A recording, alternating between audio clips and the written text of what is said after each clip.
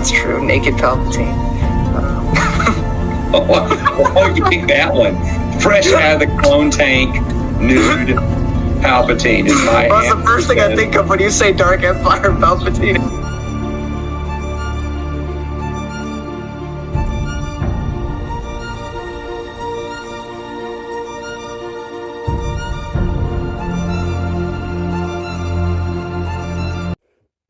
Hello everybody, and welcome back to the Star Wars Expanded Universe, now redone by Disney, or Lucasfilm, whichever way you slice it, Legends.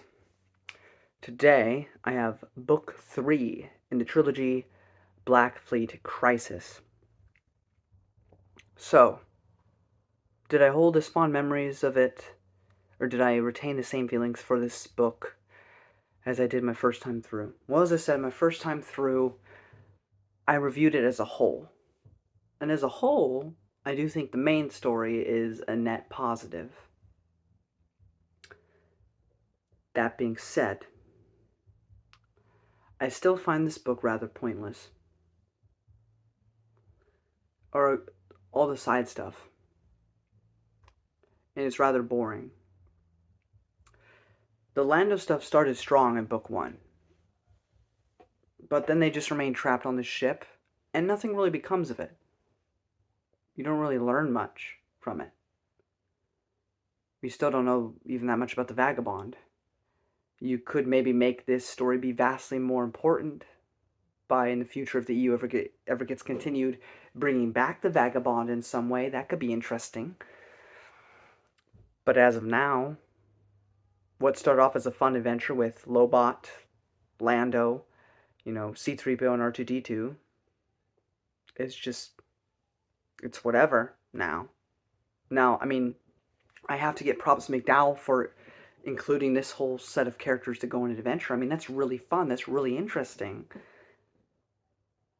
In theory, and that first book did it really well before the storm, but this book just drags on and on and on with it.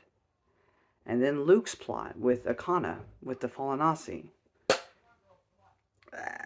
It doesn't do much, And the only thing I really liked about Luke's whole story is it eventually ties in with Lando's story. He goes and ends up helping out Lando. So, two of the stories from this trilogy connect. But I gotta admit, I didn't care for it as much the second time around as I did the first time, at least not the side stories. The one thing that consistently kept me going throughout, these books was the main story, which I thought in all 3 books was excellent. So I still give props to this book for the main story. This is probably the most character development we get for Leia in the entire Bantam era. And it is actually really good. The Yvethan crisis, the Yvethan thing, all of that is really good. Han is captured, he's being tortured by the Yvethan, he's having his, the cultural discussions with the Yvethan. That's really fun and interesting. Another thing we get,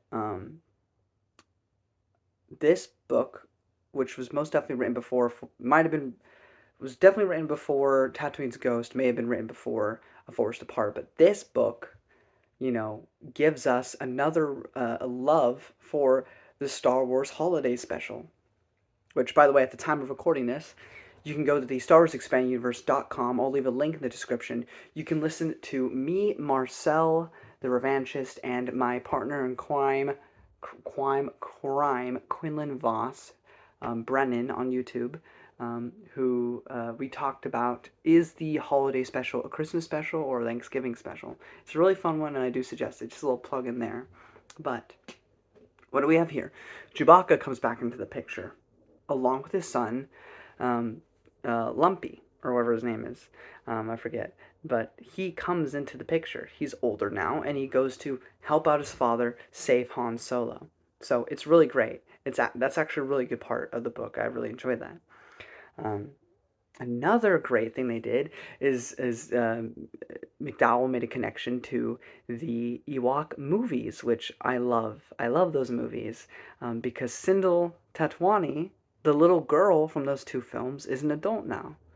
And she's a news reporter. And, she doesn't have a big role in the story, but we get to see her name mentioned here, which is really cool. And see, that's the thing.